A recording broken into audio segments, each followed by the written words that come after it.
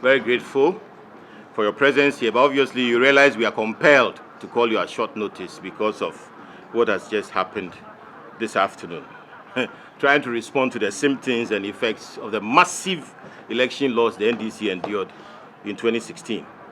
It is obvious since then, the massive election loss and its aftermath, since then, the NDC has not been themselves. They are simply focused on attempting to duplicate the successful election we had against them. And incompetent as they are, even that duplication is being done badly. We've all heard them in the beginning trying to tag this highly performance-focused government as super incompetent. As you are here now, you will recall that that tag fell flat on its face because you can't put something on nothing. And that is what the NDC is trying to do. When asked why they were trying to call us super incompetent, they said that it was because we called them incompetent in 2016. Were they not? This negative, unproductive, and reckless mindset that the NDC has, and that is what is driving their current politics.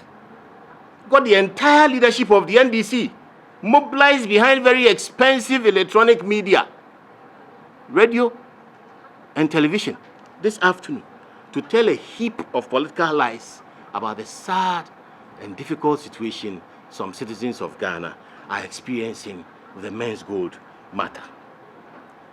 Instead of commiserating with customers who have lost their monies through investments and schemes run by Menzgold, the NDC is desperately, and I mean desperately, trying to equate Menzgold to DKM and insist on the unheard of position that government should assume all liabilities. The so-called DKM principle, which is a principle born, bred, and hopefully will die in the imagination of the NDC, because it is not a principle known anywhere in the world of finance and governance. The NDC raises 2 or 3 critical matters. One, that number one benefited from celebrity endorsement because he was seen to have taken pictures with the President of the Republic and that he went on a trip with the Minister of Tourism. Ladies and gentlemen, since when have members of the public and stakeholders, local, international, been barred from engaging democratically elected presidents and their governments? Is the NDC telling us that the picture of the then President Mahama and globally acclaimed gay rights activist Andrew Solomon in bed meant that John Mahama is gay and that indeed John Mahama endorses homosexuality and is actively lobbying for homosexuality in Ghana? The evidence is there. Lying back together on the same bed. So can I competently conclude on the logic of the NDC that John Mahama is gay? Needless to say, number one is a matter of public record. He has visited several eminent persons in this country. Anybody who cares to know knows that he has visited several serious people in this country as a responsible political party, supporting a very focused government.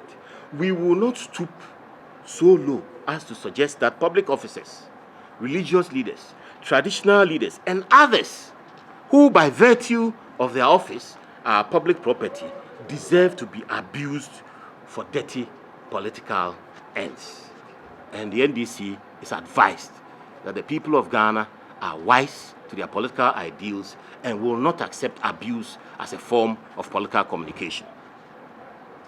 The second leg of the NDC's empty propaganda is that some force ought to have applied, which was not. Some force ought to have been applied, which was not. Or either it wasn't applied timeously enough or it's being applied too late. In making that argument, the NDC's communications officer endorsed by the entire leadership of the NDC confused the state, the government, regulatory agencies, security agencies, and the presidency all in one, in their haste to create problems where there are none. The NPP government is committed to a state of law. And in that state of law, there are clear distinctions between the powers of the state, the powers of the government, and the powers of the president, as well as the powers of regulatory agencies and security agencies. For public clarity, it is on record that in 2012, a docket was allegedly built by the Ghana Police Service saying that 53 people had been defrauded by NAM1. Then it was a security matter, wasn't it? Was it the matter of the government? Was it the matter of the president? Was it the matter of the regulatory agencies? Ultimately, the police treated it as a criminal matter and sought to deal with it. We would ask media houses to ask the police to trace the genesis of that matter. Hopefully, it ought not to be the President of the Republic who traces police dockets according to the logic of the NDC. So, it is obvious that the shenanigans and alleged fraudulent operations of NAM1 and his accomplices started way back in 2013 under the name Menzgold with a K, and then later on changed to Menzgold with a C. For the information of the NDC and its clueless leadership, they were in power as the government, the agent of the state, at the time that NAM1 established Menzgold with a K and later on changed it to one with a C. The NDC government was in power. And there was a regulatory agency, a licensing agency, which registered that company. Was it the president who did that registration? So, if so, by their twisted logic, confusing the state, regulatory agencies, the government, security agencies, the presidency and everything, then why didn't they exercise? Why didn't the president stop NAM1 once and for all at that time? Why didn't they use the force at their disposal? Why didn't they use the force at their command at that time? When he switched from Menzgold with a K to Menzgold with a C, did they realize what he was up to? Did they accept that what he was up to was good enough for them? What has changed between now and then? Why did they not do what they were supposed to do? Or they refused to exercise government power under the authority of the state to deal with NAM1 because the NDC stood to benefit. You've heard them. When they are comfortable, they say one thing. And today, this is the twisted logic of the man who spoke saying that government didn't act. When government acted, when Menzgold was warned, this man sat in a radio studio, which has international audience, and traduced government. It was a very good business. They were creating employment. They were creating profits for people. They were doing very well. Government was using the law in a way that was far-fetched. Far-fetched. Government should not have used the law. He didn't talk about state. He didn't talk about president. He didn't talk about regulatory agencies. He was busy heaping praise on Menzgold and NAM1. And then he turned around to say that what Menzgold had done, our government had not been able to do. Exactly. And this is the man who led the useless vacuous onslaught today.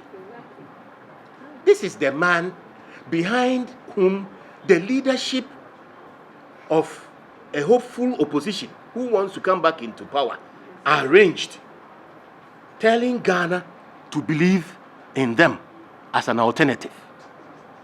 This is the man who would purport to tell all of Ghanaians what to do. This is the man. Fantastic. Great. So, we need to have a bit of history here. And I want you to all be very, very clear in your minds.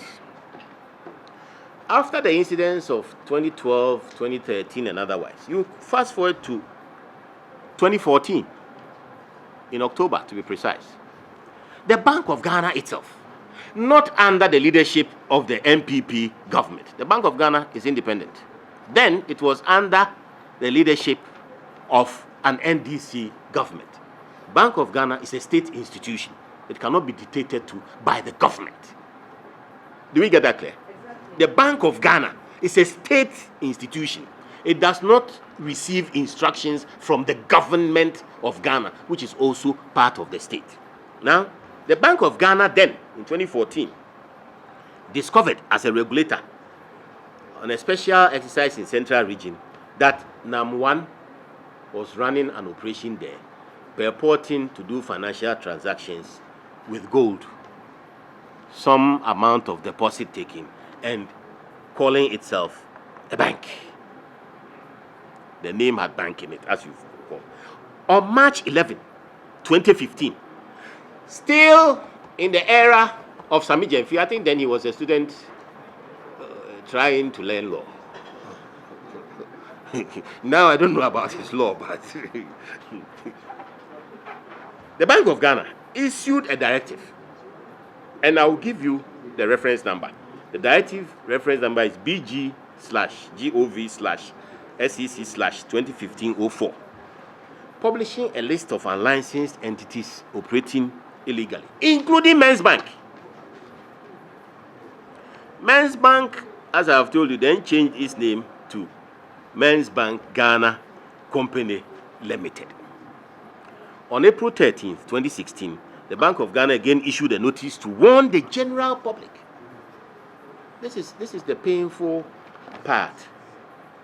The Bank of Ghana issued a notice to warn the general public against the deposit-taking operations of Menzbank. And on 22nd July 2016, Bank of Ghana again wrote to Menzbank, cautioning it against taking deposits as an unlicensed activity. Then, Sami Jemfi's NDC government, led so incompetently by then President John Mahama, didn't realize that they had a force they could have used to stop Menzbank. They didn't realize it. They didn't realize they were a government within the state. They didn't realize that there were regulatory agencies. They didn't realize that they had security agencies. And they didn't realize that it was the duty of John Mahama to deal with Menzbank personally as president, which is what Sami Jemfi would have us believe now. On August 2nd, 2016, Bank of Ghana invited the management of Menzbank and engaged them on their unlicensed deposit-taking activity. They responded in writing on August 3rd and claimed that they were not taking deposits. And this is when they somersaulted again and went to create another company called Brew Marketing Consult. You've heard that one too? Yes. So what they did was that they changed the modus round and said Brew Marketing Consult was now going to take money, and then you buy gold through Brew Marketing Consult, and they will keep the money for you. This was under the watch of the NDC government, which was using the power of the state as a government, couldn't propel the security agencies in the direction that today they want us to go. They didn't have any bite in their time. Now, obviously, with this kind of record, you will lose power, which they did. They were given a thorough political whipping. An incumbent, an African government incumbent, which lost election by over 1 million votes. 50 plus 1 before then had been very tight. This one, we saw a 53 and a way down 44, which I hear is still dropping. It's still dropping. So they lost power. In February 2017, under a serious government, another meeting was held with the company. On July 19th, the Bank of Ghana issued another letter to them asking them to desist from taking deposits. Then they quickly changed their name to Menzgold. That is where the so-called gold collectibles operation started. Now, as a serious regulator, listen to what the Bank of Ghana did. As a serious regulator now, in an era where we are fostering rule of law, in an era where the presidency is committed to the rule of law, in an era where no wrongdoers will be shielded, in this era, the Bank of Ghana, as a serious regulator, took steps and undertook what it called mystery shopping. And it's so important that I'll read it out. The Bank of Ghana, by sent somebody anonymously to there. The first time they went, attempting to buy gold, they didn't see any gold throughout the transaction. Menzgold collected the cash with the explanation that they will purchase the gold from Brew Consult. In the second case of mystery shopping, the mystery shoppers were given a piece of gold. In the third purchase, the mystery shoppers were directed to purchase the gold from Brew Marketing and deposit the gold in the vault of Menzgold for it to trade with the gold. On 19 September 2017, Minerals Commission wrote a letter to Menzgold titled Unauthorized Business Activities, pointing out to Menzgold that it was in breach of the law and that the license that Brew Marketing had not been registered as a licensed buying agent. What it meant was that Brew Marketing and Menzgold had been licensed by Minerals Commission to buy gold locally from the small-scale sector and export. They were not licensed to trade in gold on a local secondary market. They didn't have that legal right. In June 2018, the Bank of Ghana conducted a joint visit with Minerals Commission to license gold traders and refineries in Accra to understand the nature of their operations better. The team established that all the companies were engaged in smelting and exporting gold with the exception of Menzgold, which was engaged in the solicitation of deposits from the general public with interest rates between 7 to 10% a month to customers based on the quantity of gold purchased. So, when the regulators realized that NAM1 and Menzgold were trading in gold on the local secondary market, Securities and Exchange Commission moved in. This is proper bite. This is a government which is serious about its responsibility to the people. Within 2 years, the government was not prepared to wait for something to go wrong before it acted. And in acting, Securities and Exchange Commission asked for a license because they regulate the secondary market in trading of derivatives. This is the factual story. No agency has closed Menzgold down. No government agency has closed Menzgold down. No regulatory agency, independent regulatory agency by law, not directed by the power and authority of the presidency. No regulatory agency has closed Menzgold down. They have just asked Menzgold to meet its regulatory requirements, license your activities. Indeed, you will recall that Menzgold has gone to court. Do you recall that? And you recall that very recently the court has told Menzgold to go back and engage the Securities and Exchange Commission in exercise of its regulatory functions so that it is issued the appropriate licenses and legal instruments for it to carry on its business. If this was a business that had been shut down, would it be in court seeking to avoid regulation? This is the factual story.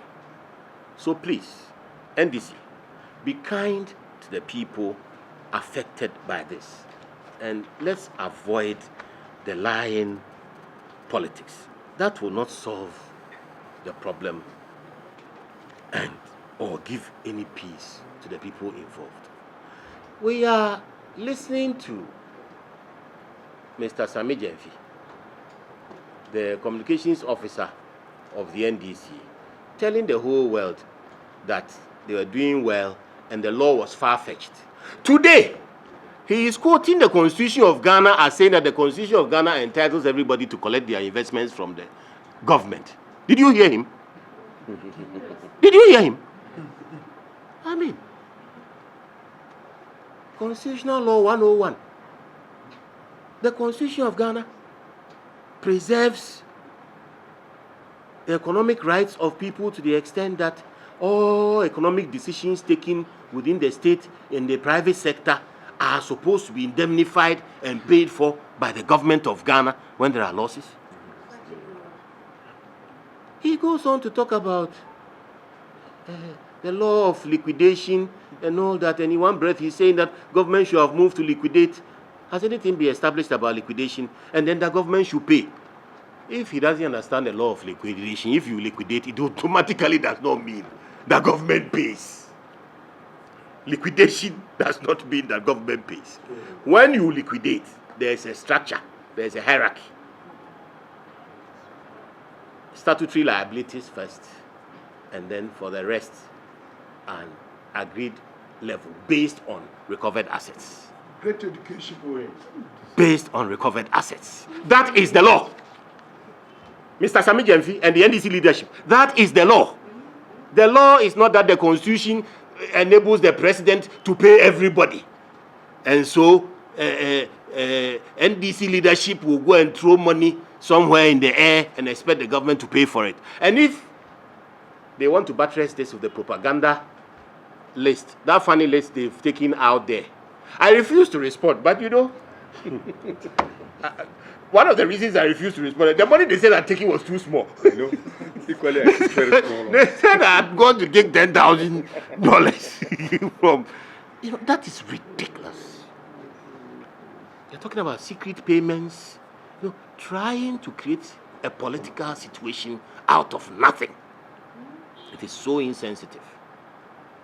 It does not reflect a culture of good governance.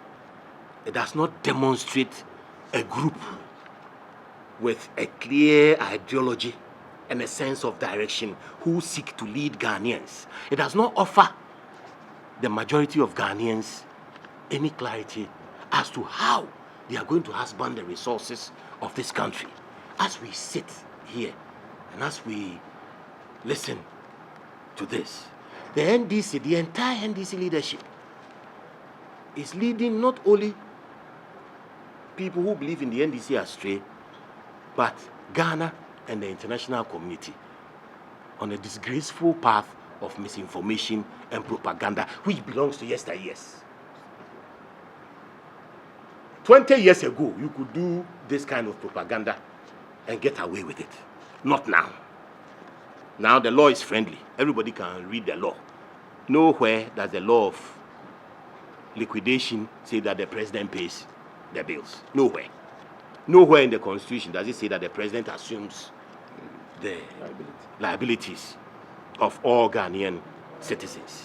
And then he ends up by saying that Iyoko is more powerful than the president. So if he knows that Yoko is more powerful than the president, why did he go to Yoko? Why is he bringing the president's name in? In an ideal state of law, the police, Yoko, all those people are powerful, more powerful than everybody, because we are all equal before the law. We are all equal before the law. So I urge Yoko, I call on all statutory security agencies, provided actions are ripe for them to pursue, that they must demonstrate to Ghanaians the reach of their authority. It is not about the presidency taking pictures. So, Menzgold happens to be one of the problems that the NDC have left us to clear. We have cleared a lot of their mess since we came. We had to clear the mess in the banking sector. It has cost us a lot of money. Licensing ghost banks and running the money around amongst themselves, including the family of the then president, taking huge loans from government banks and destroying the asset base. We have money to clear that. We have cleared the arrears they left across the economy, from health to school feeding, not to talk about road fund. We have cleared. They actually took government money at some stages to put in private banks at a low interest rate and borrow the money back at a higher interest rate. Are you aware of that?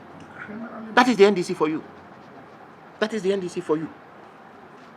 So we will allow the law to work. And in doing so, nobody will be shielded. Now, let me, as I conclude, say a few facts about the Rebecca Foundation and the NAM mission. It's so unfortunate, the desperation of the NDC. The Rebecca Foundation collaborated with GCB Bank, Future of Africa Foundation, the BRAIN Project, and the Global Health Consortium to undertake free medical screening and surgeries tagged Restoring Hope. From the 5th of March 2018 until the 5th of April 2018, the group was made up of Ghanaian, German, and American doctors. The health screening under this project was carried out in several hospitals, including Ridge Hospital, La General Hospital, Kolebu Polyclinic, Asha Polyclinic, Tamale Teaching Hospital, Family Health Hospital, St. Michael's Hospital in Praso, Kumau Polyclinic, and surgeries were also carried out in Ridge Hospital, La General Hospital, Kolebu Polyclinic, Kolebu Teaching Hospital, ENT Department, Family Health Hospital as well. St. Michael's Hospital and Tamale Central Hospital. A total of 205 surgeries, ranging from neurological, gynecological, plastic, and dental, among others, were completed. The other partners to the project, I want to repeat, the GCB Bank, Future of Africa Foundation, the BRAIN Project, and Global Health Consortium. And at all times, these partners were in charge of fundraising and bookkeeping for the project. The Restoring Hope project has a bank account to which the Rebecca Foundation is not a signatory and does not have access to. The Rebecca Foundation is not on record anywhere as having requested NAM missions to support the project. At the time, the Rebecca Foundation gave media interviews to raise awareness and attract potential beneficiaries to the project. The foundation also cleared and shipped medical equipment and consumables used to conduct the surgeries and donations to various health facilities around the country. So the attempt to drag the name of the First Lady, very hard-working First Lady, involved in charitable work across areas of public concern, particularly in health, is not only painful, but degrading to the political image of the NDC. As I said in the beginning, NDC, please be kind to this country. You can't put nothing on, you can't put something on nothing. When there isn't anything, you can't put something on it. And that something itself is made up of cotton wool. It's vacuous, it is air, there's nothing there. It is that reason that has compelled us. We would not have responded otherwise. But the spread of the viciousness It's what compels us to respond. We seek to create a more salubrious environment for politics in this country. We seek to move towards issue-based politics, and we hope the NDC can follow us there, because otherwise they will stay in opposition for a very long